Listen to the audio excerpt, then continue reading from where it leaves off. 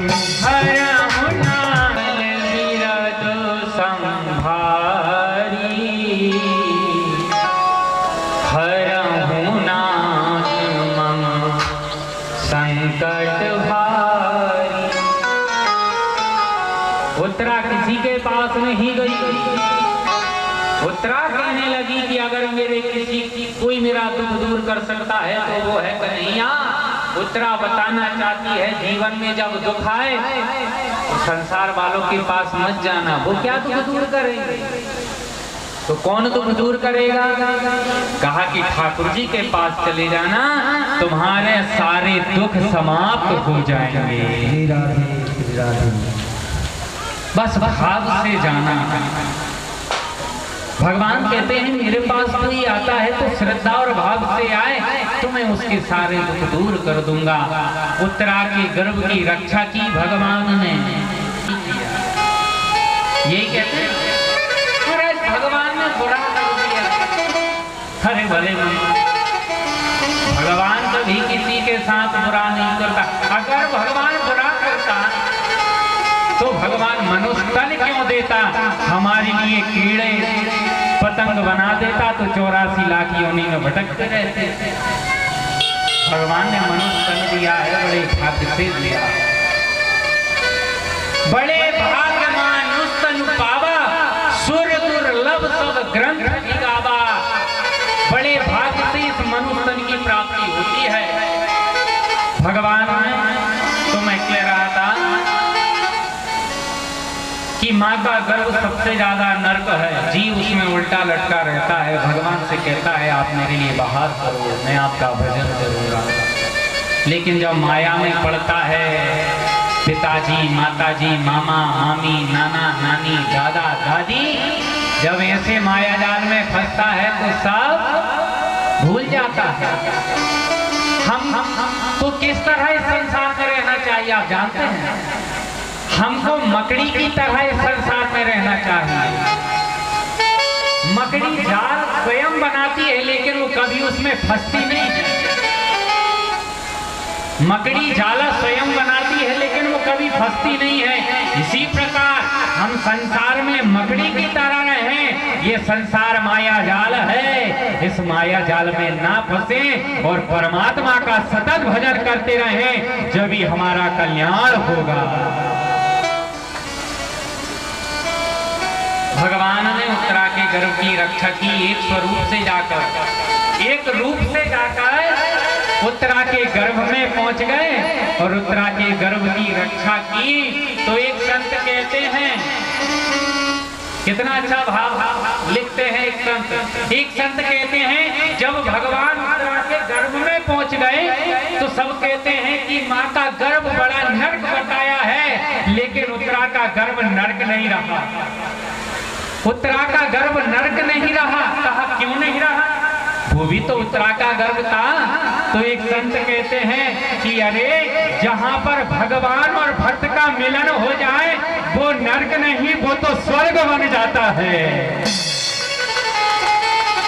भगवान के भक्त हो गए परीक्षित जी महाराज और भगवान स्वयं हो गए कन्हैया। जहां भक्त और भगवान का मिलन हो जाता है वो नरक नहीं, भगवान का धाम और स्वर्ग बन जाता है।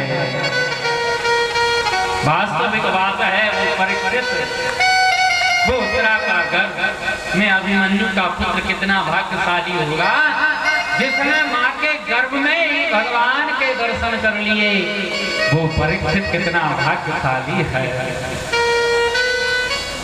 कुंती समझ गई। कुंती ने भगवान से कहा कन्हैया मुझे एक वरदान दो।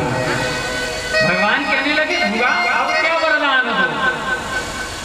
संसार के सारे सुख आपके लिए प्राप्त हो गए। आपके पुत्रों ने महाभारत युद्ध में विजय प्राप्त कर ली, संपूर्ण राज्य मिल गया। अब क्या चाहते हैं?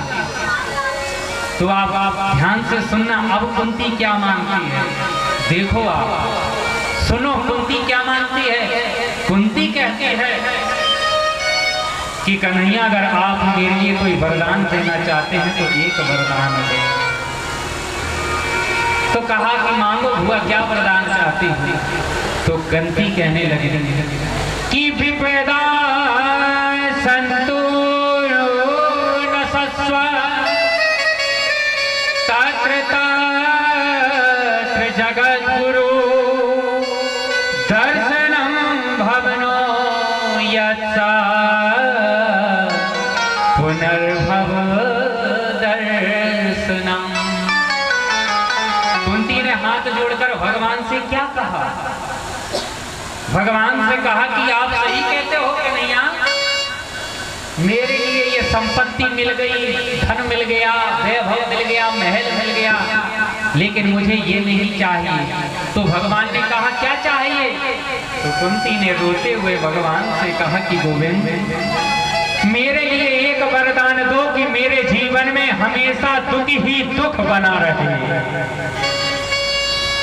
मेरे जीवन में हमेशा विपदा ही विपदा बनी रहे। तो भगवान कहने लगे बुआ ये क्या मांग रही हो? संसार में जीव मेरे द्वार पर आता है तो कोई ये नहीं कहता कि कोई कहता है भगवान से कि भगवान मेरे लिए बहुत दुख देना, कोई नहीं मानता कि भगवान से कोई दुख मांगता है। अरे 10 रुपए का नारियल चढ़ाएंगे और भगवान से 10,000 का मांगेंगे, 2 रुपए की अगरबत्ती लगाएंगे और भगवान से 22,000 का मांगेंगे कि हे प्रभु मेरा ये हो जाए तो मैं ये करूंगा। अरे भले मनो, तू भगवान को रिश्वत दे रहा है और तू भगवान को क्या देगा? तू खुद स्वयं भगवान के सामने भीख मांगने वाला है, तू अपने आप को सेठ मान रहा है भगवान के सामने। ये सब किसने दिया है? तेरा कृत्य अर्पण आरती में सब गा देते हैं। गाना सरल है लेकिन करना कठिन है। गा तो सब देते हैं। तेरा तुझको अर्पण क्या लागे मेरा स्वामी, क्या लागे मेरा। अगर कोई आके कह दे तेरा घर मुझे दे दे, फिर पता लगे क्या लागे मेरा। कोई समझ लिया जाए वो कह दे, आरती गा रहे अपन उस समय, तेरा तुझको अर्पण प्रभु जी का प्रभु को समर्पण। इतने में एक संत जा रुके भैया ये घर मेरे लिए दे दे। कहेंगे अरे कहाँ दे दे, चल आगे जा। और अभी तो गा रहे थे तेरा तुझको अर्पण क्या लागे। कहना सरल है, करना कठिन है। तो यही कुंती कह रही है गोविंद दुख दो, मुझे सुख नहीं चाहिए। सुख अगर होगा तो मैं तुम्हारा भजन नहीं कर पाऊंगी। सुख में कभी भगवान का भजन नहीं होता। जब दुख आता है, जब ये भगवान की याद आती है, तो इसलिए बाबा भी तो लिखते हैं। गोस्वामी तुलसीदास जी क्या कहते हैं? कह हनुमंत विपति प्रभु सोई, कह हनुमंत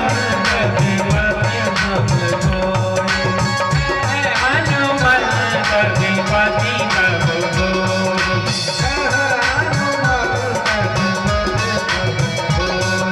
जब तक सुमिरन भजन न होई, जब तक सुमिरन भजन न होई, जब तक सुमिरन भजन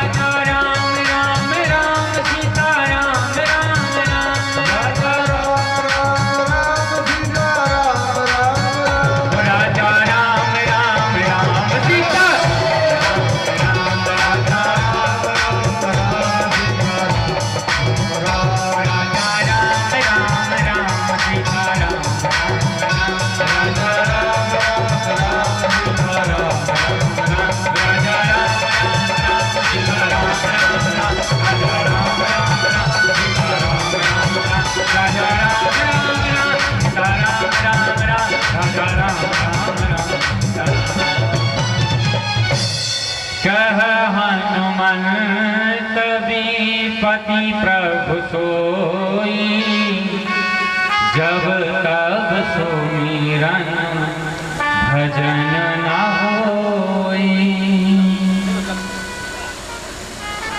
ऐसा काम, ऐसा दुख दो गोविंद से कहा कुंती ने कि विपदा बनी रहे। सही बात है कि दुख में सुमिरन सब करें, दुख में सुमिरन सब करें, सुख में करे न कोई। जो सुख में सुमिरन करे तो दुख काहे को हो।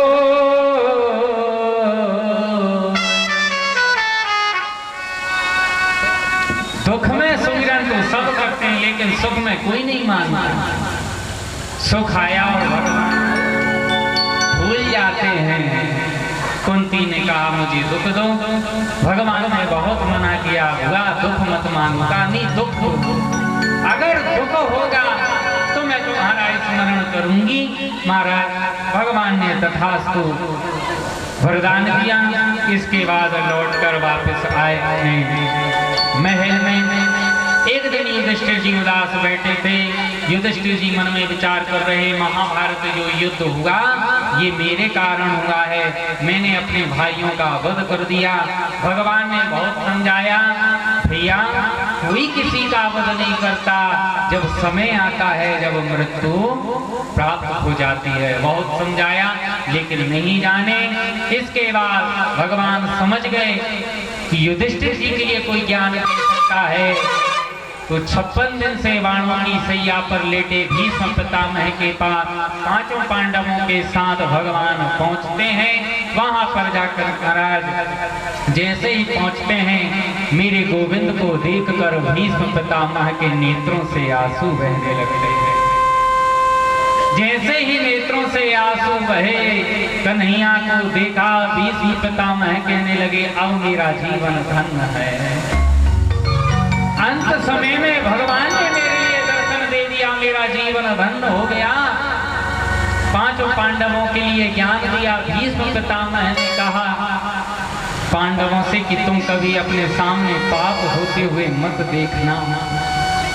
ध्यान से सुनना, जब भीष्म पितामह पांडवों से कह रहे थे कि तुम कभी अपने सामने, नेत्रों के सामने पाप होते हुए मत देखना, ये जब बोल रहे थे तो द्रौपदी ने हंस दिया। तो भीष्म पितामह ने कहा, द्रौपदी तुम क्यों हंसी? द्रौपदी ने हाथ जोड़कर कहा कि बाबा, अभी आप कह रहे हो पांडवों से कि कभी अपने सामने पाप होते हुए मत देखना। जब भरी सभा में दुशासन ने मेरे केसों को पकड़कर भरी सभा में जब लाया था, तो आपने भी अपने नेत्रों से पाप होते हुए देखा था। उस समय तुमने पाप क्यों नहीं रोका? उस समय आप चाहते तो दुशासन को समझा सकते थे। भीष्म पितामह ने कहा, द्रौपदी तुम जानती हो मैंने क्यों नहीं रोका? द्रौपदी से बाबा ने कहा कि उस समय मैंने दुर्योधन का अन्न खाया था, और जैसा खाओगे अन्न वैसा होगा मन। भगवान ने जब ये सुना, भीष्म पितामह कहने लगे, द्रौपदी मैंने दुर्योधन का अन्न खाया था, इसके कारण मेरी बुद्धि काम नहीं कर रही थी। आज वो अन्न से जो खून बना था, वो खून, वो रक्त मेरे शरीर से निकल गया, और आज मेरी आत्मा पवित्र हो गई। जभी तो कन्हैया ने मेरे लिए दर्शन दिए हैं। अगर मेरी आत्मा पवित्र नहीं होती तो कन्हैया क्या मुझे दर्शन देने आते?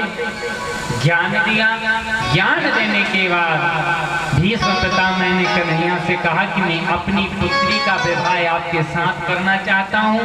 पांडव कहने लगे आपका तो विवाह नहीं हुआ बाबा, फिर आपकी पुत्री कैसे?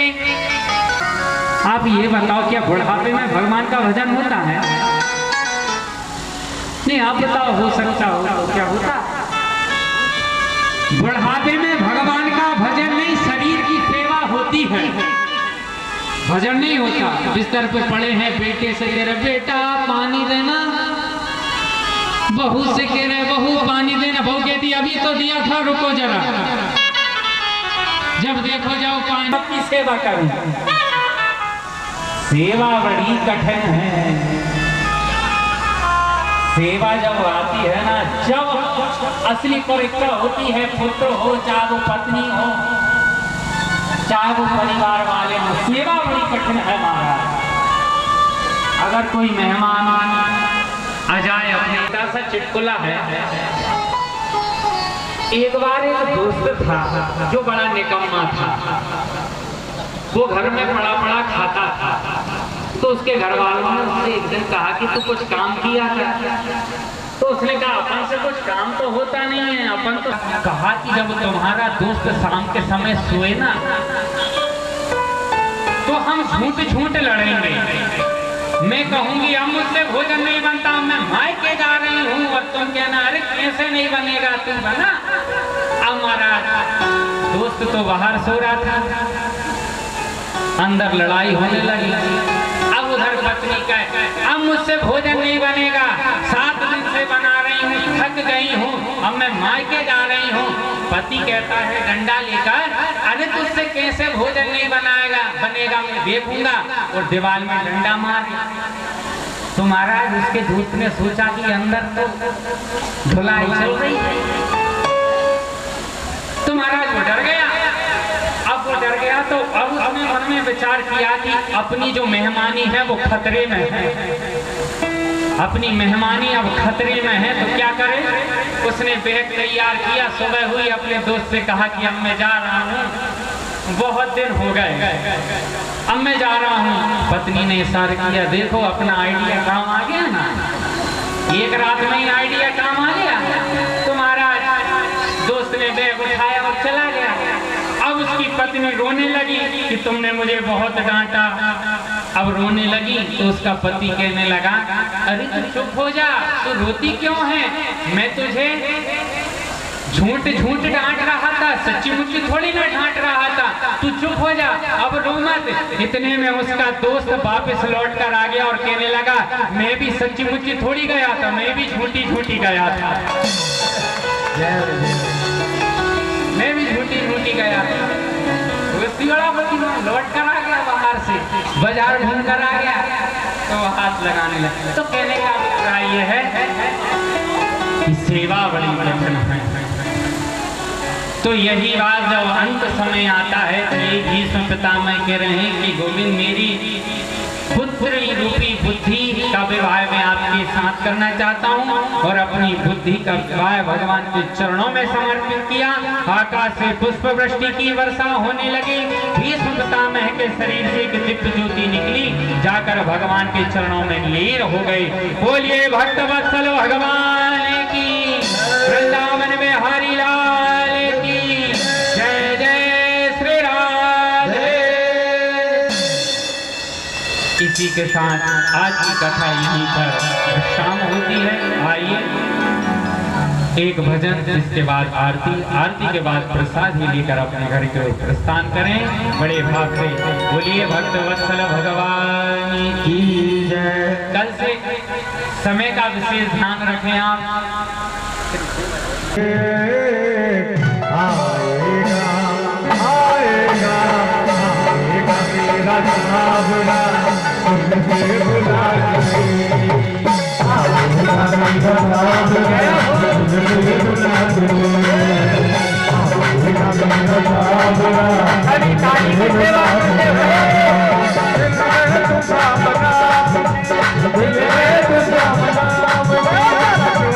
Jana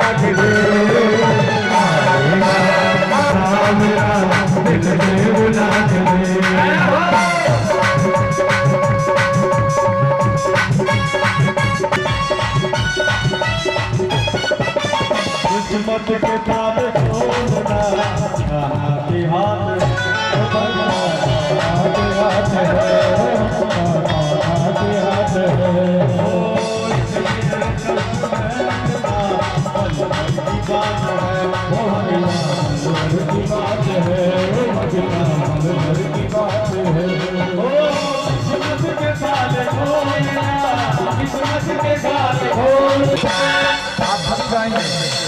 ऐसा नहीं तो अच्छा लगेगा।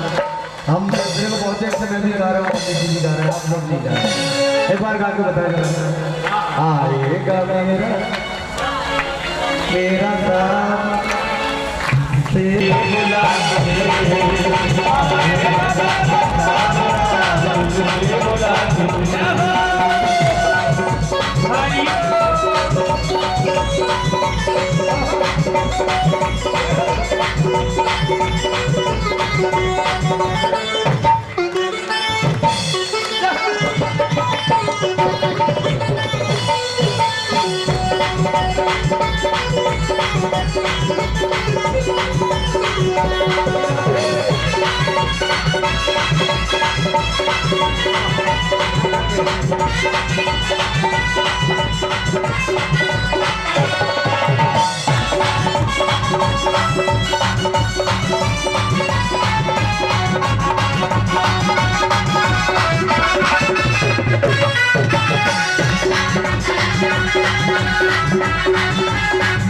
होगा असर दुआ में तो बोलेगी मूर्ति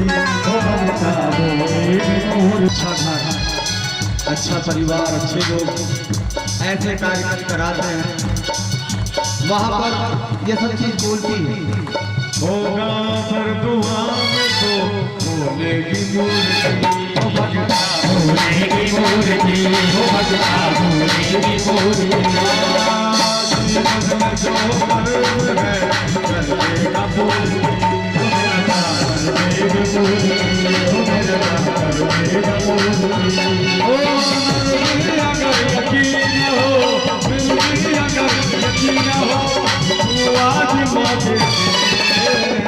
क्या होगा आएगा आएगा मेरा क्या बात है अब जाओ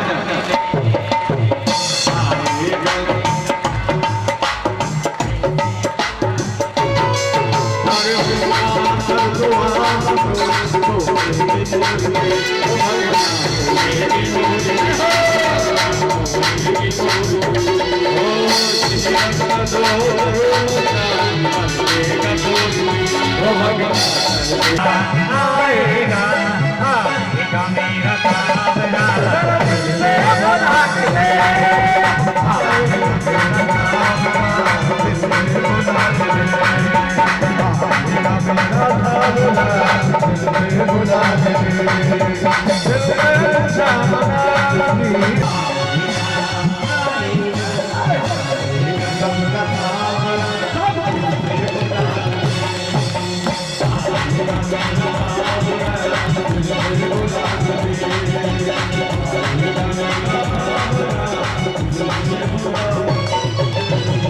बोलिए भक्तवत्सल भगवान की जय, रे रानी की जय। सभी आरती पापियों को पाप से आरती भागवत भगवान की है आरती पापियों को पाप से है भागवत भगवान की है आरती पापियों को पाप से आरती पापियों को पाप से है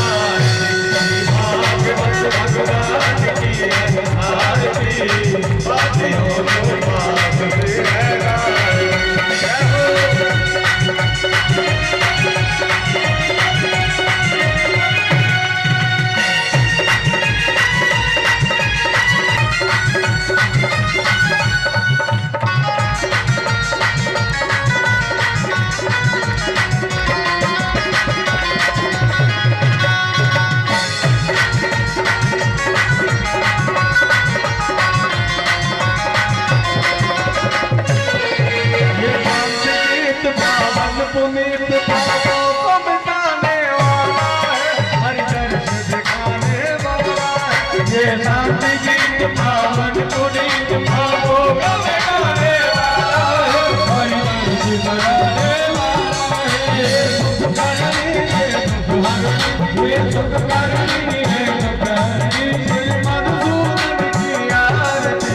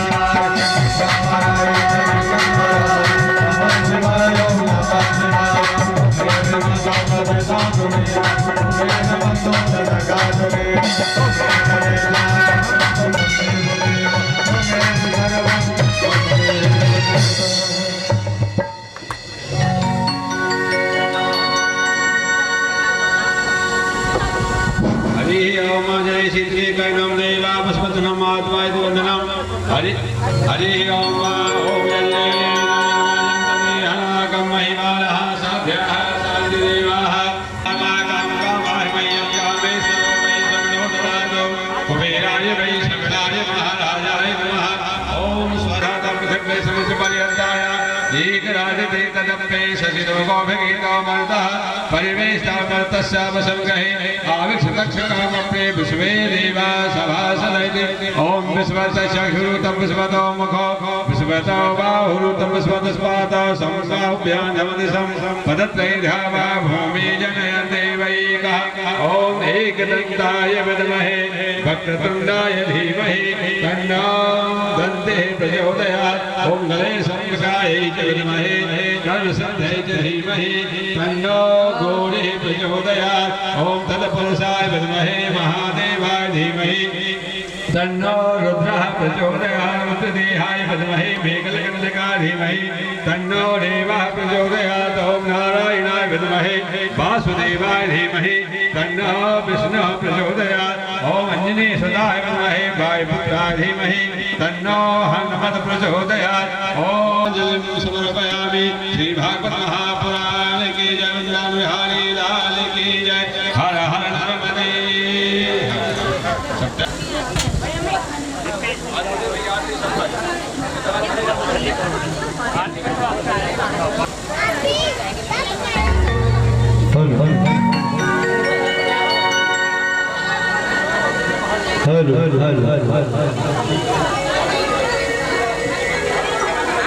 सभी लोग आरती प्रसादी लेकर जाएंगे। सभी लोग आरती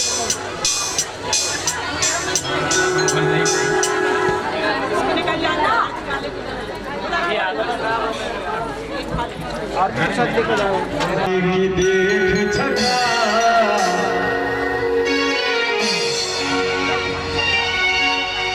अरे बाके बिहारी की देख छटा एक छटा मेरो मन में भयो लटा पटा बिहार की एक छटा मेरो मन की एक छटा मेरो मन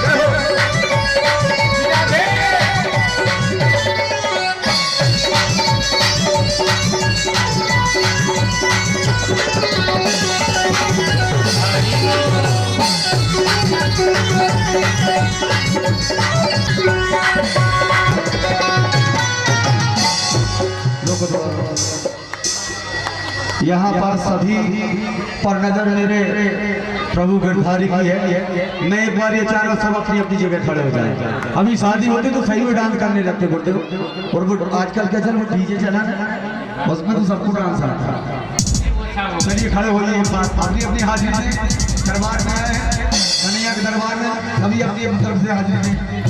ओ मेरे दाते बिहारी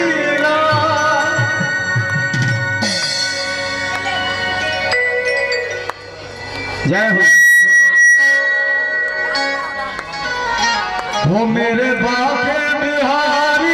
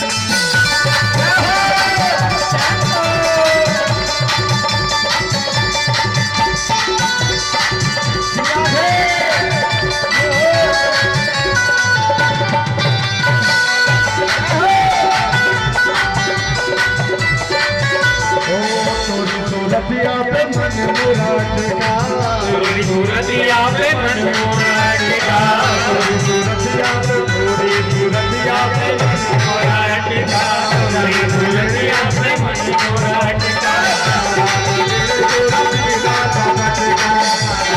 मेरा मिला था बटका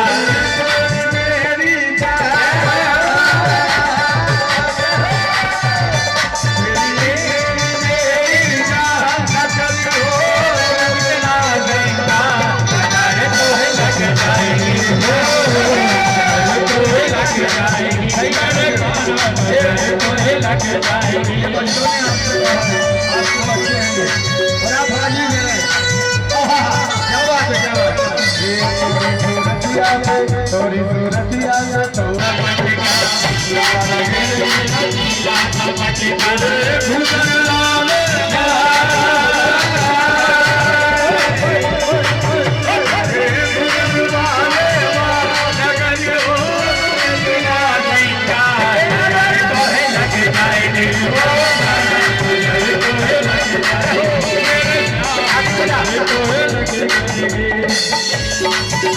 हरि बोल।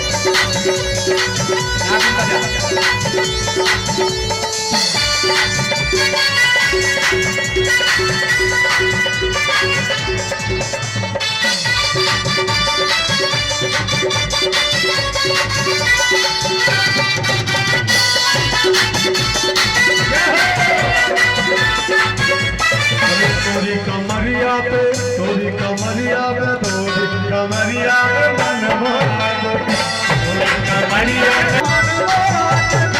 तोरी कमरिया पे मन मोरा गिर तेरा गाना नमस्का गिर तेरा लाला नमस्का गले पे चंदी माँ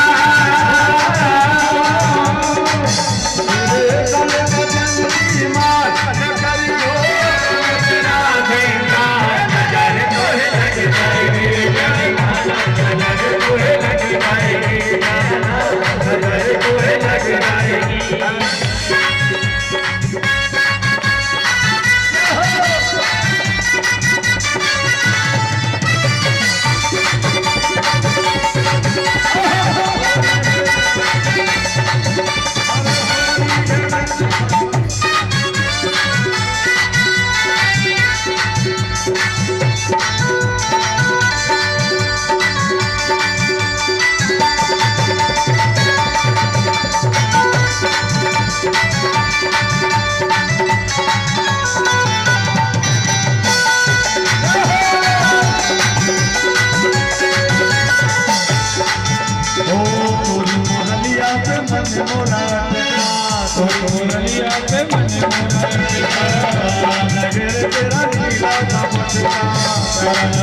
तेरा नीला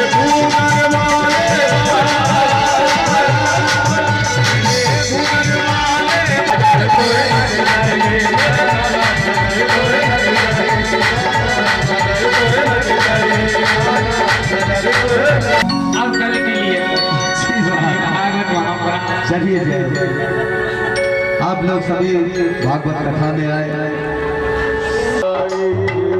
आप बने हरिना झूठे फल सिपाही के खाए झूठे फल जबूरी के खाए झूठे फल सिपाही के खाए बहुन विचार बताए सबसे ऊंची प्रेम सगाई सबसे ऊंची प्रेम सगाई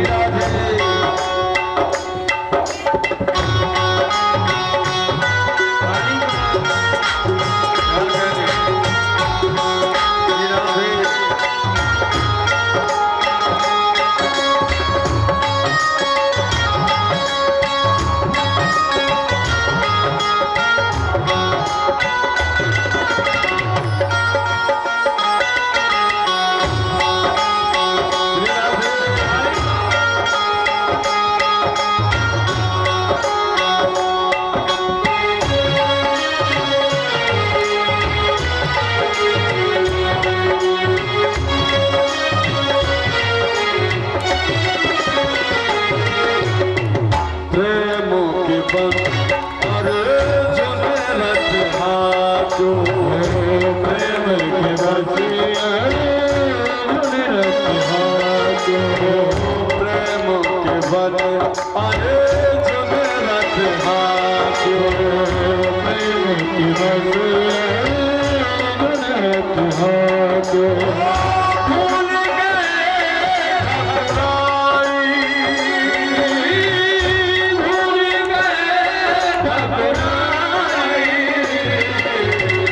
सबसे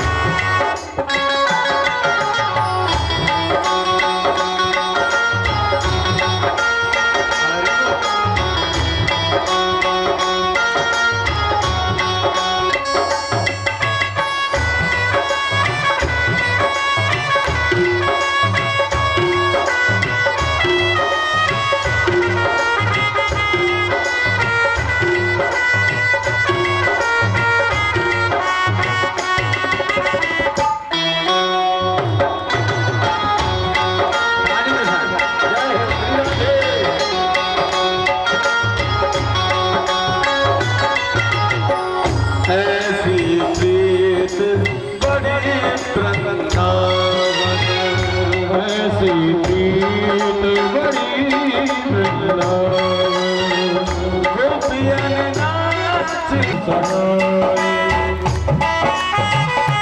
जय हो।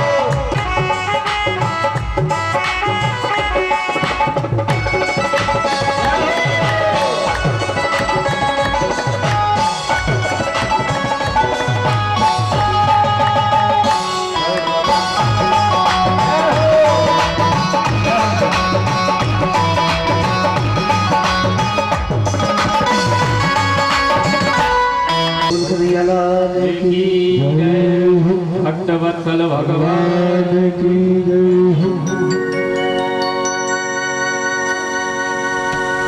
भगवान कहते हैं कि वास्तविक बात है, भगवान 56 प्रकार के भोग को नहीं देखते। जब भगवान विदुर जी की जब कुटी पर पहुंचे, आवाज लगाई, विदुरानी ने कहा कन्हैया जीवन धन और आज वो कन्हैया मेरे द्वार पर आ गया तो मेरा जप करना सफल हो गया, मेरा जप करना सफल हो गया।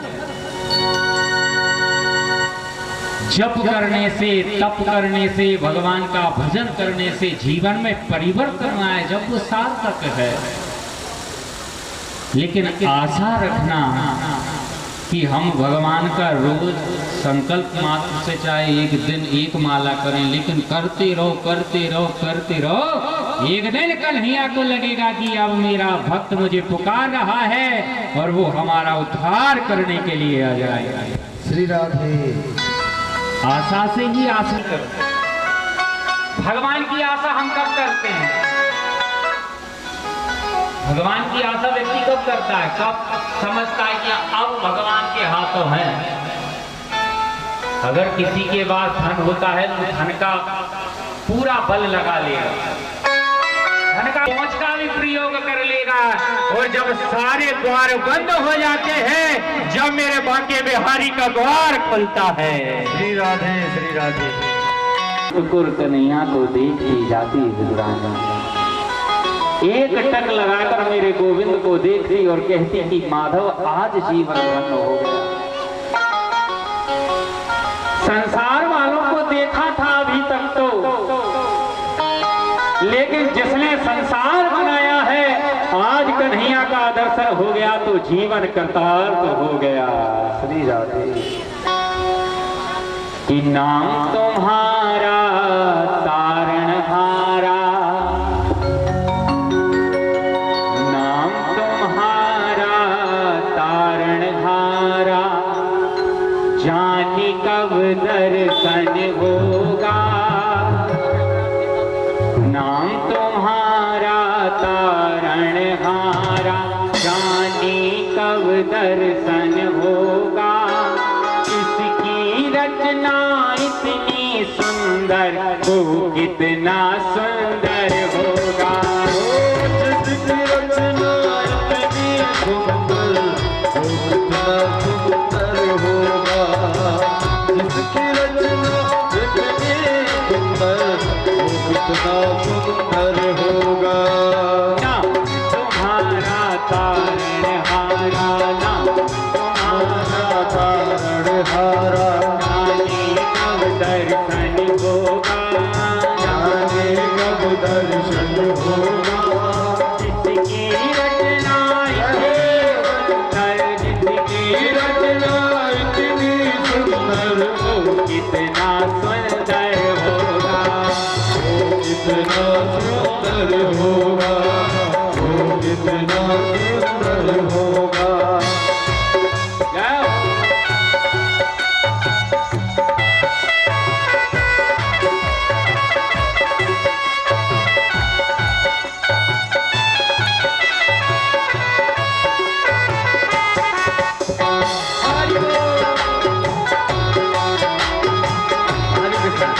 जय श्री राधे।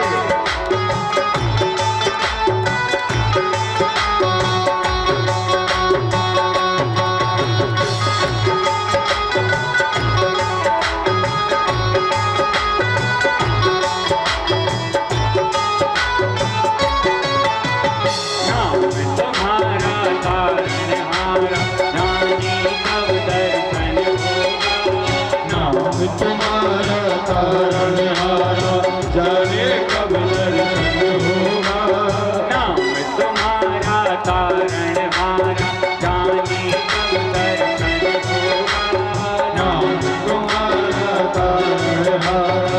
जाने कब दर्शन होगा।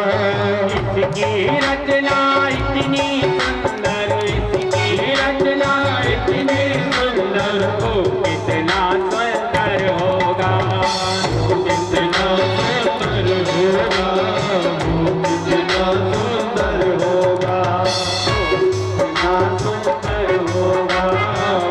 कितना सुंदर होगा, कितना सुंदर होगा, कितना सुंदर होगा।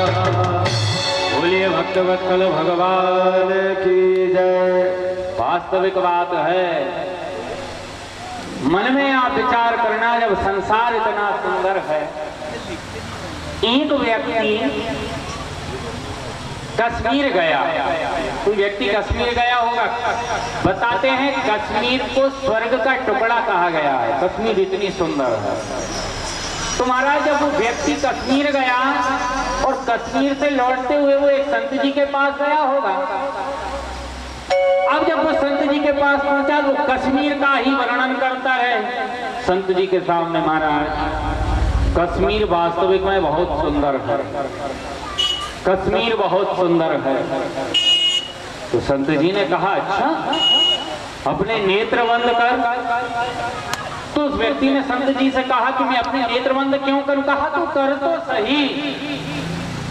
अब महाराज उस व्यक्ति ने जैसे ही नेत्र बंद किए, संत जी ने भगवान से कहा माधव,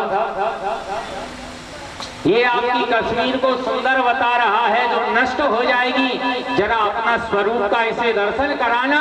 और महाराज जैसे ही मेरे गोविंद ने उस व्यक्ति के लिए अपना दर्शन कराया और उसने जैसे ही नेत्र खोला तो संत जी से कहा कि अभी तक तो मैं कश्मीर को सुंदर मानता था, लेकिन जिसने कश्मीर को बनाया है वो कन्हैया उससे भी ज्यादा सुंदर है। राधे राधे। ये तो कहा गया है जिसकी रचना इतनी सुंदर, तो फिर वो कितना सुंदर होगा। अब महाराज भगवान ने कहा काकी भूख लग रही है, कुछ खिलाओ तो सही। विदुरानी ने हाथ जोड़ लिया, महाराज मैं क्या खिलाऊं, भोजन करने के लिए अन्न नहीं है। लेकिन जैसे ही छिलकों केले पर दृष्टि गई, केले के फल लेकर आई और महाराज कन्हैया के सामने बिठाकर आज विदुरानी कन्हैया की तरफ देखती जाती और कहती, वास्तविक बात है भगवान भाव के भूखे हैं। और केले के फल को तो विदुरानी नीचे फेंकती जाती और केले के छिलके भगवान को खिलाती जाए। श्री राधे। और भगवान भी खाते जाते, प्रेम से आंसू बह रहे हैं भगवान के और विदुरानी के। दोनों प्रेम में इतना बह गए कि भगवान भूल गए कि काकी केले खिला रही है या केले के छिलके खिला रही है। प्रेम में भूल गए। विदुर जी लौट कर आए, विदुर जी ने देखा ये क्या हो रहा है, जाकर विदुरानी को पकड़ा रही। ओ विदुरानी क्या कर रही है? केले के फल तो फेंक रही है, केले के छिलके खिला रही है। विदुरानी ने कहा कन्हैया मैं तो तुम्हारी भक्त हूँ, कम से कम तुम ही मुझसे कह देते काकी तुम केले के फल फेंक रही हो और केले के छिलके खिला रही हो। तो भगवान ने कहा काकी जब भक्त मेरे लिए भाव से अगर केले खिलाए वो भी स्वीकार करता हूँ, और केले के छिलके खिलाए भाव से मैं वो भी स्वीकार करता हूँ। श्री राधे श्री राधे। कि भाव का भूखा हूँ मैं, भाव ही मेरा सार है, और भाव से मुझको भज लो तो भाव से बेड़ा पार है।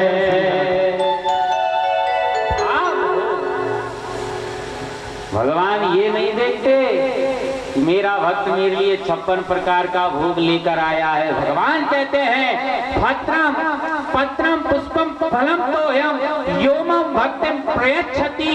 भगवान कहते हैं मेरा भक्त भाव के साथ अगर मेरे द्वार पर एक पुष्प की पंखुड़ी भी चढ़ाएगा तो मुझे स्वीकार है।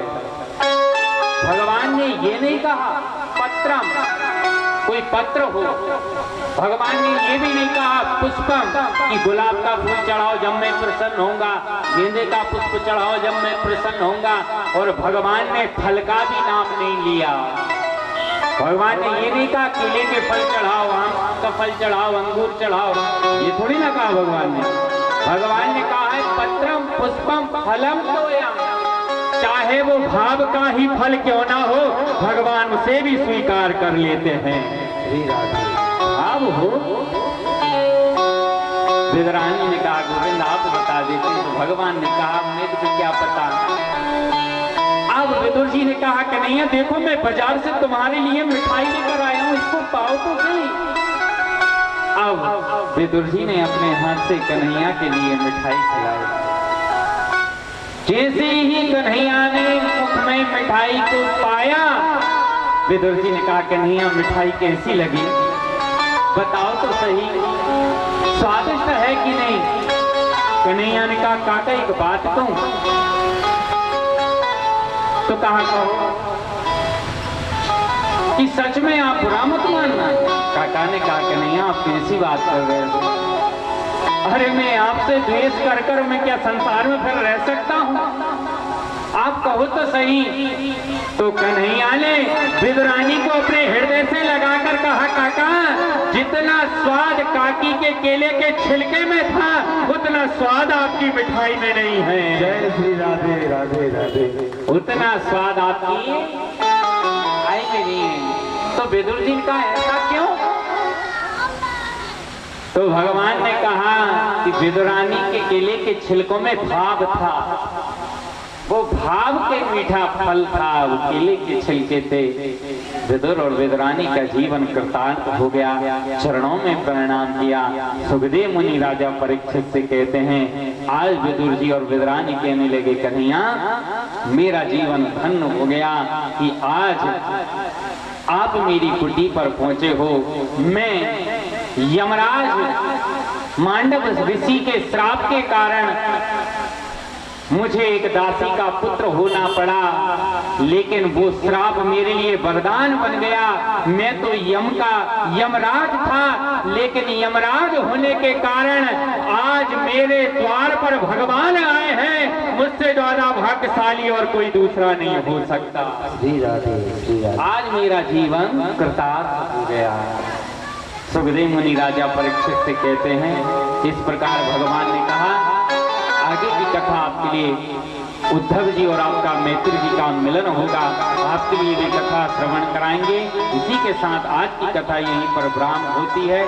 कल भगवान का प्राकट उत्सव है, कल भगवान का अवतार होगा। बड़े श्रद्धा और भाव से आप आए, पीले वस्त्र पहन कर आए। जिसके पास पीले वस्त्र हो बड़ी श्रद्धा के साथ पीले वस्त्र पहनना चाहिए। जब भगवान श्री कृष्ण का अवतार होता है तो आप आए, आपके परिवार को लेकर आए, अपनी श्रद्धा अनुसार भगवान को माखन मिश्री जो आपसे बन सके वो लेकर आए। जब हमारे अपने पुत्र का जन्म होता है तो हम कितनी खुशी मनाते हैं, लेकिन तो पुत्र का जन्म होता है तो क्या पता वो हमारे लिए भव से पार करेगा या नहीं, लेकिन भगवान के अवतार में शामिल हो जाना तो हम जरूर भव से पार हो जाएंगे। तो इसलिए आप बड़ी श्रद्धा और भाव से आए।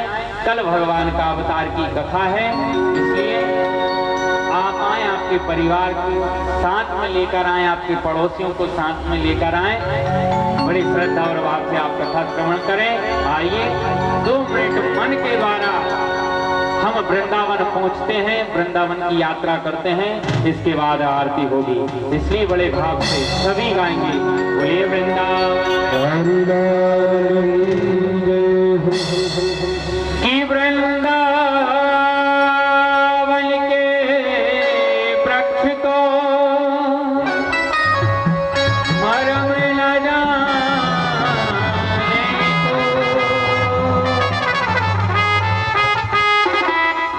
डाल डाल और पात पात पे श्री राधे राधे हो।